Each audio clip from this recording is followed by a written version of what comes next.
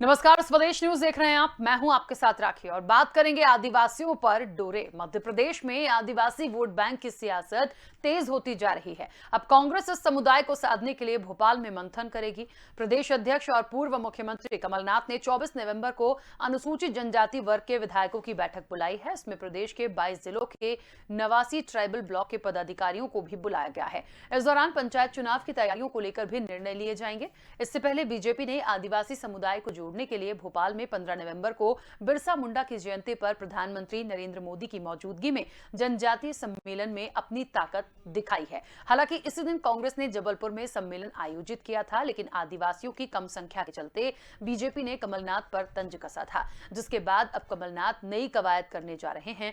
इसके पहले सितंबर 2021 में पार्टी आदिवासी क्षेत्रों में काम करने वाले विभिन्न संगठनों को एक मंच पर लाने के लिए सम्मेलन कर चुकी है। देखिए, कांग्रेस का दावा है कि जब वो सत्ता में थी तब आदिवासियों के लिए कई योजनाएं शुरू की गई थी। कमलनाथ सरकार ने आदिवासियों की ऋण मुक्ति, अनुसूचित जनजाति वित्त विकास निगम से लिया गया ऋण माफ करने के साथ गोठान के विकास, आदिवासी के घर जन्म या मृत्यु होने पर मुफ्त राशन देने, 9 अगस्त को विश्व आदिवासी दिवस मनाने और इसके लिए हर ट्राइबल ब्लॉक को 1-1 लाख रुपए देने का निर्णय लिया था। उधर बीजेपी का यह कहना है कि कांग्रेस ने जनजातीय समाज को सिर्फ वोट बैंक की तरह इस्तेमाल किया है। देश में करीब 60 साल कांग्रेस की सरकार रही, तब उसने बिरसा मुंडा की जन्मतिथि पर राष्ट्रीय स्तर के कार्यक्रम क्यों नहीं किए। माने इसमें भी कहीं ना कहीं अब लड़ाई छिड़ गई है और आदिवासियों के लिए बहुत कुछ बड़े बड़े दावे और आरोप प्रत्यारोप लगाए जा रहे हैं।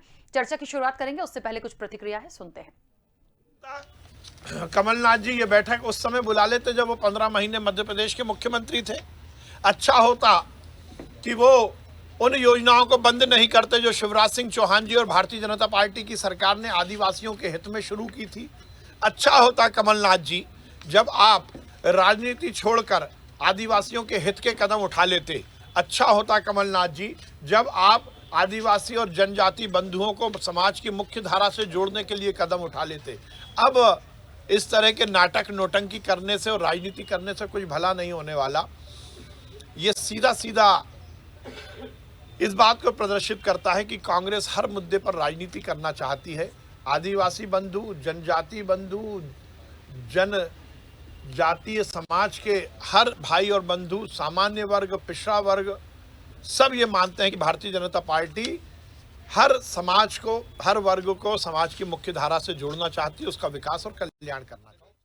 कांग्रेस पार्टी राष्ट्रपिता महात्मा गांधी के पद चिन्हों पर और उनके विचारों पर चलने वाली पार्टी है। राष्ट्रपिता महात्मा गांधी की सुबह रघुपत राघव राजा राम से होती थी और शाम दलित आदिवासियों की बस्ती में हुआ करती थी। हमने आदिवासियों के उत्थान के लिए तरह तरह की योजनाएं लेकर आए और उनको उत्थान किया भी लगातार हमने। और ये उत्थान करने की वजह है कि आदिवासी भाई बहनों का वोट कांग्रेस में हमेशा रहा है और परंपरागत वोट रहा है।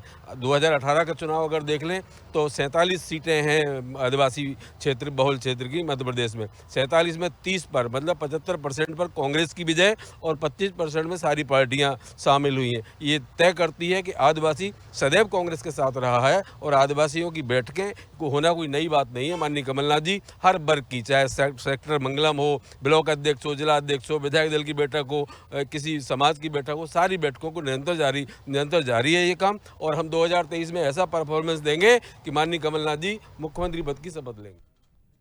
तो आदिवासियों पर डोरे, देखिए ये इलेक्शन टाइम पर हमेशा हम देखते आए हैं, लेकिन एक बात और देखा है कि मध्य प्रदेश के अभी तक की यदि हम राजनीति की बात करें तो आदिवासी वोट बैंक का अच्छा खासा एक प्रभाव रहा है। और सबसे बड़ी बात यह भी है कि अब जिस बैठक की बात हो रही है कि कमलनाथ बैठक बुला रहे हैं और कई करीब 89 ट्राइबल ब्लॉक के पदाधिकारी इसमें बुलाए गए हैं। तमाम लोग इकट्ठा होंगे। भारतीय जनता पार्टी एक बड़ा आयोजन अभी जनजातीय गौरव दिवस का कर ही चुकी है। आदिवासियों के लिए बड़ा कार्यक्रम भी था, बिरसा मुंडे की जयंती भी थी। तो कहीं ना कहीं एक जो साधने का प्रयास होता है ना, जैसे कि आज हमने शीर्षक भी दिया आदिवासियों पर डोरे, क्या होगा सिर्फ और सिर्फ अपने वोट बैंक के लिए क्यों? असल में जाइए, उनका विकास देखिए, कितना हुआ है, कितना नहीं हुआ है, वो आज भी कैसा जीवन जी रहे हैं, आज भी जो अत्याचार जिस तरीके के होते हैं, क्या वो ठीक है? क्या उनको रोकना नहीं चाहिए? कैसे उनको कंट्रोल किया जा सकता है? बहुत सारी बातें हैं, हम विस्तार से चर्चा करेंगे। हमारे साथ 2 मेहमान जुड़े हैं। सबसे पहले आपका परिचय करा देते हैं। कांग्रेस विधायक डॉक्टर हीरा लाल अलावा हमारे साथ जुड़े हैं। डॉक्टर हीरालाल लावा जी, बहुत स्वागत चर्चा में जुड़ने के लिए। और बीजेपी के वरिष्ठ नेता गोविंद मालू जी हमारे साथ जुड़े हैं। गोविंद मालू जी, आपका भी बहुत स्वागत है। चर्चा की शुरुआत में सबसे पहले हीरालाल लावा जी आपसे ही करना चाहती हूँ, क्योंकि एक अच्छा खासा वोट बैंक आदिवासियों का होता है। हमेशा से ये कहा गया है कि जब जब जरूरत पड़ी है तब तब राजनीतिक दलों ने इनको साधने का प्रयास किया है। सबसे बड़ी बात यह है कि सिर्फ और सिर्फ साधने की क्यों, विकास यदि उनके लिए करेंगे तो निश्चित तौर पर कहीं ना कहीं जो आदिवासी वोट बैंक है वो अपने उन्हीं नेताओं को, उन्हीं दल को चुनेगा जो उनका विकास कर रहा है। भारतीय जनता पार्टी ने बोला कि हाल ही में जो उपचुनाव हुए हैं उसमें हमको अच्छा वोट बैंक मिला और हम अच्छे खासे वोटों से जीते हैं, उसका कहीं ना कहीं फायदा आदिवासी वोट बैंक का मिला। कितना सहमत है इससे? अभी जो भारतीय जनता पार्टी ने मध्य प्रदेश में आदिवासी धरती आबा बिरसा मुंडा जयंती को जनजाति गौरव दिवस के रूप में मनाया है और पूरे प्रदेश से आदिवासी, हर जिले से आदिवासियों को भोपाल में ले जाकर उनको भोपाल दिखाने का और उनके विकास हितैषी होने का सपना दिखाया है। ये आपकी भी बात से मैं सहमत हूँ। पार्टियां, भारतीय जनता पार्टी हो या कांग्रेस पार्टी हो या अन्य दल हो, अब आजादी के 70 सालों में दोनों राजनीति के तीनों या जो भी राजनीतिक दल है देश में आदिवासियों को एक वोट बैंक के नजरिए से देखा है, लेकिन वास्तव में उनके जो विकास उनकी जो विकास की परिभाषा थी या उनके जो दैनिक उनके मूलभूत सुविधाओं के जो मुद्दे थे, उन मुद्दों को लेकर कोई भी राजनीतिक दल गंभीर नहीं हुआ है। आज जो ये जो बीजेपी हो या कांग्रेस हो, मैंने तो दोनों दलों को बोला है कि आदिवासियों के जो मूल मुद्दे हैं, अगर उन मुद्दों पे काम नहीं करेगी कोई भी राजनीतिक दल। आज आदिवासी इलाकों में विकास की बात करते हैं तो 2 वक्त की रोटी के लिए हमारे आदिवासी भाइयों को, बहनों को गुजरात, महाराष्ट्र, अन्य राज्यों में पलायन करके जाना पड़ रहा है, लेकिन कोई भी राजनीतिक दल आदिवासियों के पलायन को रोकने के लिए उनको स्थानीय स्तर पर, ग्राम पंचायत स्तर पर उनके लिए रोजगार देने की दिशा में मतलब जो काम करना चाहिए वो काम करते हुए नजर नहीं आते मुझे। आदिवासियों के लिए संविधान में 5वीं अनुसूची 1950 में बनाई थी। 1950 में संविधान की 5वीं अनुसूची लागू की गई, उसके प्रावधानों को 2021 तक के इम्प्लीमेंट नहीं किए ग्राउंड लेवल पे। पेशा कानून एक 5वीं अनुसूची का छोटा सा पार्ट उठाकर पेशा कानून अभी 2021 में मध्य प्रदेश सरकार उसके नए नियम बनाकर लागू करने की बात कर रही है। सवाल ये है कि आदिवासियों के विकास के लिए उनको अच्छी शिक्षा मिले, उनको अच्छा स्वास्थ्य मिले, उनके बच्चे पढ़े, उनको रोजगार मिले, इन मुद्दों को लेकर। और एक जो बड़ा मुद्दा था कि जंगलों में जो पीढ़ी दर पीढ़ी हमारे आदिवासी भाई रह रहे थे, उन लोगों को व्यक्तिगत वन अधिकार के साथ साथ सामुदायिक वन अधिकार की जो बात आती है, इस पे कोई भी राजनीतिक दल मुझे तो गंभीर नहीं नजर आ रहा। और निश्चित ही अगर यही बात है, यही कारण है कि आज आदिवासी समाज के जो पढ़ा लिखा युवा है, आज जय आदिवासी युवा शक्ति संगठन के माध्यम से समाज में एक लहर उठी है कि समाज को एक नया युवा नेतृत्व चाहिए, समाज को ऐसे युवा नेतृत्व चाहिए जो आदिवासियों के संवैधानिक अधिकारों को दमदारी के साथ सदन में रख सके। जब ये बात आज मार्केट में, समाज में फैल रही है, तो निश्चित ही ये देखते हुए भी दोनों राजनीतिक दल आदिवासियों के ऊपर डोरे डालने के लिए निश्चित ही अपने अपने दांव खेल रही है। लेकिन जो विकास की बात करेगा आदिवासी उसी के साथ जाएगा। अब बहकावे में नहीं आने वाला ये युवा वर्ग आज अपना पढ़ लिख कर ये लोग संवैधानिक अधिकारों के प्रति जागरूक हो चुके हैं और इनके लिए जब तक कोई भी राजनीतिक दल हो आदिवासियों के सच्चे हितैषी होने का प्रमाण प्रस्तुत नहीं करेंगे तब तक मुश्किल है, ऐसा लगता है मुझे। बिल्कुल ठीक है। गोविंद मालू जी हमारे साथ जुड़े हैं। गोविंद मालू जी, देखिए एक बात तो है कि आदिवासियों को हमेशा एक वोट बैंक की राजनीति के लिए इस्तेमाल किया गया है, मुझे नहीं लगता कि इससे कोई डिनाई करेगा। लेकिन आज वर्तमान में भी यदि उनके विकास की बात करें, जैसे कि कांग्रेस ने प्लान किया है कि वो अनुसूचित जनजाति वर्ग के विधायकों की बैठक बुला रही है, तमाम लोग जुड़ेंगे, वो सोचेंगे। इसके पहले भी कांग्रेस ने कहा कि उन्होंने बहुत सारी चीजें की हैं, भारतीय जनता पार्टी कहती है हमने भी की है। लेकिन हम वर्तमान परिदृश्य की बात करें, आप ये सोचिए कि क्या वाकई में आदिवासियों को जो उनको मिलना चाहिए, जितना उनको मिलना चाहिए, क्या उतना मिल पा रहा है आज भी? राखी जी, सबसे पहले तो मैं बता दूं कि सब राजनीतिक दल वोट बैंक के लिए काम नहीं करते। जिन्होंने आजादी के बाद से इस देश पर राज किया, सरकारें चलाई, निश्चय ही उन्होंने हर वर्ग को वोट बैंक समझा। तो ये उनकी जो भी कमी, कमजोरी, गलतियां या जानबूझकर किया गया कृत्य, वो सब पर आयद नहीं हो सकता कि बाकी सब दल भी ऐसे ही हैं। ये कोई वनस्पति घी नहीं कि जिसको डालडा बोलो सबको डालडा बोलते चलो। आदिवासी वर्ग के उत्थान के लिए बार बार भारतीय जनता पार्टी ने जब सरकार में नहीं थी तब अनेक प्रस्ताव पारित किए, राजनीतिक प्रस्ताव पारित किए, अलग अलग वनवासी क्षेत्रों में हम गए। आदिवासी नाम किसने दिया, पहले तो ये बताएं। सामाजिक समरसता की बात नहीं होती है, उनको एक वर्ग से काटकर एक अलग बनाया उनको, ताकि वो एक अलग हमारा वोट बैंक दिखे। इसलिए कांग्रेस ने किया, ये सारी गलती कांग्रेस ने की। जब से भारतीय जनता पार्टी की सरकारें कई प्रदेशों में आई हैं, केंद्र में जब भारतीय जनता पार्टी की सरकार 5 साल अभी आई, अटल जी के समय 5 साल थी, अभी 2-3 साल हो गए, लेकिन हमने उस पर लगातार उनके सामाजिक समरसता के लिए, उनके युवाओं के उन्नयन, विकास, उत्थान और उनकी शैक्षणिक योग्यता बढ़ाने के लिए उस पर फोकस किया। क्या कारण था कि धर्मांतरण की फैक्ट्रियां खुल गई अलग अलग जगह। ये जिस दिन बिरसा मुंडा की हमने जयंती मनाई, बिरसा मुंडा को धर्मांतरित किया गया और उन्होंने उसके बाद उस धर्म को छोड़कर उन्होंने विद्रोह किया अंग्रेजों के खिलाफ।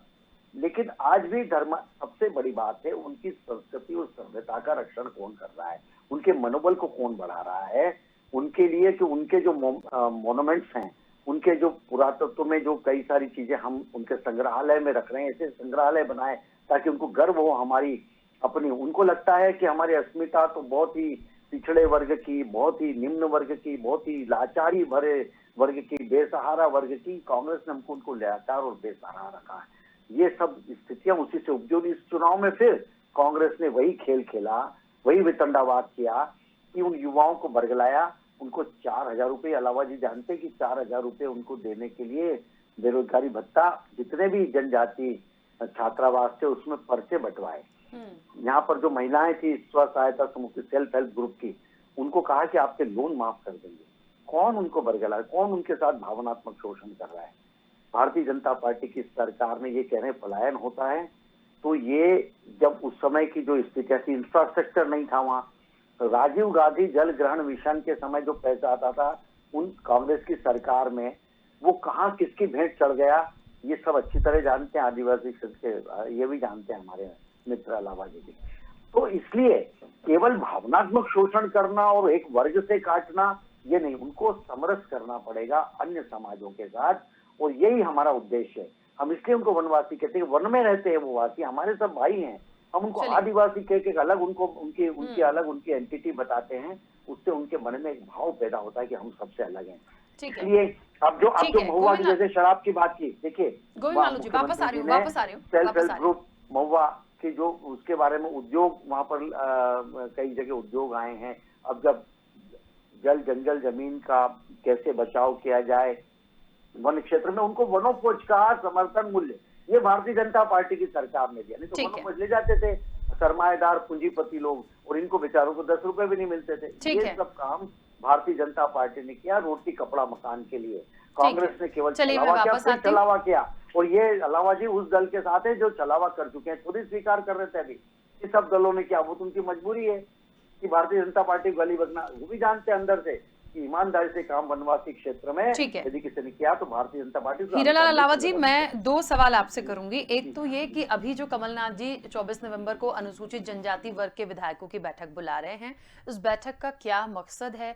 क्या ये बैठक, अभी जनजातीय गौरव सम्मेलन बड़ा सा हुआ, भारतीय जनता पार्टी ने किया, क्या उसके बाद ये एक बेचैनी है कांग्रेस की जो ये एक बैठक तत्काल में बुलाई जा रही है, या कुछ प्लान किया है कि आगे कुछ ऐसा करना है? और दूसरा, गोविंद मालू जी की बात से आप कितना इत्तेफाक रखते हैं? 2 सवाल। मालू जी ने बहुत सारी बातें कही है। उन्होंने बाद में भारतीय जनता पार्टी का जो एजेंडा कि आदिवासी कांग्रेस बोलती है, हम वनवासी बोलते हैं, तो देखो आदिवासी मतलब एक परिवार, आप उसका उच्चारण करेंगे ढंग से तो आदि और वासी मतलब आदि प्राचीन काल से निवास करने वाला इस धरती के लोग हैं ये लोग।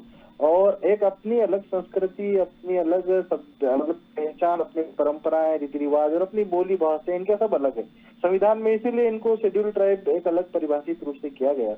दूसरी बात, देखो रोजगार देने के लिए और विकास की बात करना, एक प्रैक्टिकली अगर हम टीवी डेट पे या सदन में बोले उसके लिए अच्छा आते हैं, लेकिन आज देखो केंद्र की मोदी सरकार ने भी योजना बनाई और शिवराज सरकार ने भी योजना बनाई, प्रधानमंत्री रोजगार योजना केंद्र सरकार की है और युवा उद्यमी योजना मुख्यमंत्री हमारे मध्य प्रदेश सरकार की। लेकिन वो योजनाओं का लाभ आदिवासी क्षेत्रों में बेरोजगार युवाओं को कितना मिल पा रहा है, इस पे हमको चिंतन मंथन करना चाहिए। देखिए योजनाएं कोई से भी दल हो, बहुत सारी योजनाएं बनी है, लेकिन उनका फायदा क्या आदिवासी समाज का युवा वर्ग आज उठा पा रहा है? मुझे लगता बिल्कुल नहीं लगता, नहीं हकीकत बता रहा हूँ कि अगर ये इन योजनाओं का, सरकारी योजना का फायदा गरीब आदिवासी युवाओं को मिलता तो आज ये अन्य राज्यों में लड़कियों को झारखंड से लेकर दिल्ली तक आना नहीं पड़ता, महाराष्ट्र आदिवासी क्षेत्र की लड़कियों को, लड़कों को गुजरात अन्य राज्यों में करने के लिए नहीं जाना पड़ता। वन अधिकार कानून 2006 में बना, लेकिन सामुदायिक वन अधिकार अभी भी संसद ने स्वीकार किया इस बात को कि 10%, मात्र 10% लोगों को ही सामुदायिक वन अधिकार थे। तो योजनाएं और एजेंडे बहुत अच्छे अच्छे सभी राजनीतिक दलों के पास है, तो लेकिन उनका फायदा आदिवासी इलाकों में नहीं के बराबर है। दूसरी बात, आपने कहा कि जो कमलनाथ जी ने मीटिंग बुलाई है, तो निश्चित ही उसपे देखो, जब इंदिरा गांधी जी प्रधानमंत्री थी, उन्होंने भू राजस्व संहिता के माध्यम से आदिवासियों के लिए कानून बना है जिसकी आदिवासियों की जमीन दूसरे लोग न खरीदे ताकि उनका अस्तित्व बने। और मुझे लगता है कि आदिवासियों को, उनको उनकी संस्कृति, उनके रीति रिवाज, उनकी परंपराएं संरक्षित करने के लिए, उनके विकास और उनके जो मुद्दे हैं उन पे चर्चा और मंथन करने के लिए निश्चित ही कमलनाथ जी ने बैठक बुलाई होगी। और अगर कमलनाथ जी और कांग्रेस अगर गंभीर नहीं होती इन मुद्दों को लेकर, तो निश्चित आने वाले समय में जो एक बड़ा वोट बैंक है आदिवासी समाज का, जो निश्चित बड़ी संख्या में कांग्रेस को सपोर्ट करता है, तो अगर कांग्रेस को सपोर्ट करता है तो कांग्रेस को भी आदिवासियों के जो मुद्दों को लेकर, उनके अधिकारों को लेकर गंभीर होना पड़ेगा और उस पर काम भी करना पड़ेगा। चाहे जो भी दल हो, अगर आप काम नहीं करोगे, आप परिणाम नहीं दिखाओगे, तो फिर जो युवाओं का जो विश्वास है राजनीतिक दलों से उठेगा और एक नया नेतृत्व जो उभरने की बात हो रही है आज समाज में। क्योंकि देखो आज ये बात तभी निकल के आ रही है क्योंकि लोगों की उम्मीदें कम हो रही है राजनीतिक दलों के प्रति।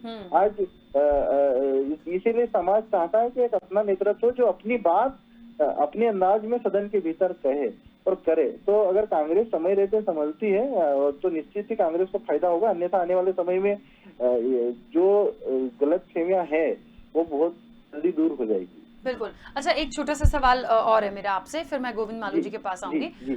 हम क्योंकि आदिवासियों पर एक चर्चा कर रहे हैं और वोट बैंक के लिए कितना होता है कितना नहीं, अब इसको कोई कितना डिनाई करे ये हम सब जानते हैं, इलेक्शन में बहुत प्रभाव पड़ता है, ये आपने भी स्वीकारा। लेकिन वर्तमान में मैं फिर वहीं आऊंगी कि जितनी चीजें अभी हो रही हैं, हमने बहुत सारी बीच में ऐसी घटनाएं देखी हैं जिसके लिए भारतीय जनता पार्टी की सरकार को कहीं ना कहीं प्रशासन पर सवाल उठाए गए कि ऐसा हो रहा है, आदिवासियों के साथ ऐसा होता है, आज भी अत्याचार होते हैं, आज भी वो चीजें उनको नहीं दी जा रही हैं जो उनको मिलनी चाहिए। तो मुझे मैं इसलिए आपसे जानना चाहती हूं कि यदि कमलनाथ सरकार कहती है कि हम ये करेंगे, या आदिवासी के परिवार में किसी की जन्म या मृत्यु होती है तो हम उनको मुफ्त में राशन पहुंचाते हैं या और सुविधाएं देने की बात करते हैं, तो ये सिर्फ कहते क्यों हैं? ये होना भी चाहिए। यदि कमलनाथ जी कह रहे हैं या ये इस तरह की योजनाएं वो लाए कभी या हो रही हैं या वर्तमान में है, तो उसका इंप्लीमेंट कितना हो रहा है? यही चीज भारतीय जनता पार्टी के साथ भी है। आपसे मैं इसलिए जानना चाहती हूं कि आपको लगता है कि जितनी योजनाएं हैं उसका पूरा फायदा आदिवासियों को मिल रहा है? नहीं, बिल्कुल आपकी बात से मैं सहमत हूँ। योजनाएं तो दोनों राजनीतिक दलों ने खूब योजनाएं बनाई है, लेकिन इनका तो फायदा जो मिलना चाहिए और नहीं के बराबर मिल रहा है। और इस बात को मैं खुद विधानसभा में उठ चुका हूँ, बेरोजगारी के मुद्दे पे, पलायन के मुद्दे पे, 5वीं अनुसूची के मुद्दे पे। लेकिन सवाल ये है कि अब तक तो आदिवासियों को इन योजनाओं का, सरकार की योजनाओं का फायदा नहीं मिल पा रहा है और नहीं मिल पा रहा है। इसमें पार्टियों को, राजनीतिक दलों को मंथन करना पड़ेगा। अगर आप नहीं करोगे तो ये समाज का जो युवा है, पढ़ लिख गए हैं, अब अच्छी तरह जानते हैं और किसी भी राजनीतिक दल के पीछे लघु बने रहे, ये आने वाले समय में संभव नहीं है। और ये सभी राजनीतिक दलों, जो प्रमुख राजनीतिक दल है, बीजेपी है, कांग्रेस, दोनों को ये एक चिंतन मंथन करना पड़ेगा। और जो इनका नजरिया है आदिवासियों को कि वोट बैंक के रूप देखा है और हम लोग घोषणाएं कर देंगे, बड़ी बड़ी घोषणाएं कर देंगे और ये वर्ग हमारे साथ जुड़ जाएगा, तो आने वाले समय में ऐसा नहीं होने वाला है। अभी आपकी बात ये भी सही है कि भारतीय जनता पार्टी के शासन में ही नेमावर हत्याकांड हुआ, आदिवासी बेटियों को 10-10 फीट गहरे गड्ढे में गाड़ा गया, नीमच में कन्हैया भील को पिकअप के पीछे घसीट कर मार दिया गया। लेकिन जो परिवार वालों को न्याय की अपेक्षा थी, उनको फास्ट ट्रैक कोर्ट के माध्यम से या नेमावर हत्याकांड की सीबीआई जांच के लिए इनिशिएटिव लेना था मुख्यमंत्री शिवराज सिंह चौहान को, उनपे उनकी हमेशा चुप्पी साधी रही। तो कहीं ना कहीं सवाल तो खड़ा होता है कि आदिवासियों के एक तरफ मध्य प्रदेश की शिवराज सिंह चौहान ये कहती है कि हम आदिवासियों के हितैषी है और 10 फीट गहरे गड्ढे में गाड़ दिया था आदिवासी एक परिवार की 5-5 बेटियों को, और उस पर सरकार एक कदम नहीं उठाती है सीबीआई जांच तक की ताकि उसकी गहराई में जा सके। तो ये सवाल तो देखो भारतीय जनता पार्टी के ऊपर भी खड़े हो रहे हैं। अब आदिवासी हितैषी कैसे। दूसरा मैं महत्वपूर्ण बात और बता दूं आपको एक में कि जो इतना बड़ा आयोजन किया मध्य प्रदेश की शिवराज सिंह चौहान सरकार ने, इतने बड़े आयोजन के लिए 23 करोड़ रुपए आदिवासी उपयोजना का पैसा खर्च किया गया। मैं मध्य प्रदेश सरकार से कहना चाहता हूँ कि आप आदिवासी हितैषी है हो सकते हो, लेकिन आप अपनी सरकार से सरकारी कोटे से 23 करोड़ खर्च क्यों नहीं किए। आज आदिवासी क्षेत्रों में शिक्षा की जरूरत है, अच्छे स्वास्थ्य की जरूरत है। आदिवासी बच्चों को मध्य प्रदेश के इस साल जो रिजल्ट आया यूपीएससी में, एक भी आदिवासी बच्चे का यूपीएससी में चयन नहीं हुआ। तो यहाँ पे जो पीएससी और यूपीएससी के लिए प्रशिक्षण केंद्र चल रहे थे वो बंद कर दिए गए मध्य प्रदेश में। तो इस पर सरकार को सोचना चाहिए और इस पर काम करना चाहिए। मतलब चलिए गोविंद मालू जी अपनी बात रखिएगा। जो सरकार काम कर रही है उसके पीछे केवल चर्चा की या प्रचार की बात नहीं है। जैसे कांग्रेस कह रहे थे कि कई सारी योजनाएं अच्छी हैं, अच्छी होती हैं, उनका लाभ नहीं मिलता। मुख्यमंत्री उद्यमी योजना की भी चर्चा लावज ने की। सबसे बड़ी बात यह है कि शिक्षा पर पिछली सरकारों ने ध्यान दिया क्या आदिवासी की? हमारी 15 साल में इस सरकार ने छात्रावास के लिए, छात्रों के लिए, छात्राओं के लिए, स्कूल में जाने के लिए साइकिल, लैपटॉप ये सब दिए। और सबसे बड़ी बात कि ये बात कर रही यूपीएससी की उच्च शिक्षा के लिए सरकार ऋण दे रही है। सरकार उनको मुफ्त में शिक्षा मिले। आदिवासी क्षेत्र के बच्चे जब कई शहर में, इंदौर जैसे पास में झाबुआ के, हॉस्टल के अलावा किसी दूसरे कमरे में भी रहेंगे, किसी जगह पर प्राइवेट, उसके लिए भी सरकार अनुदान दे रही है, पैसा दे रही है उसको। सरकार जो प्रयास करना चाहिए वो कर रही है। जन जागरण का काम वहां के आदिवासी नेतृत्व का है।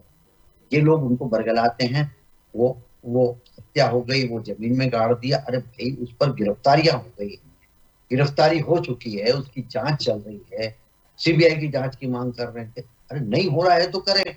ये भावनाएं भड़का कर और उनका भावनात्मक शोषण करने का काम बंद करे कांग्रेस।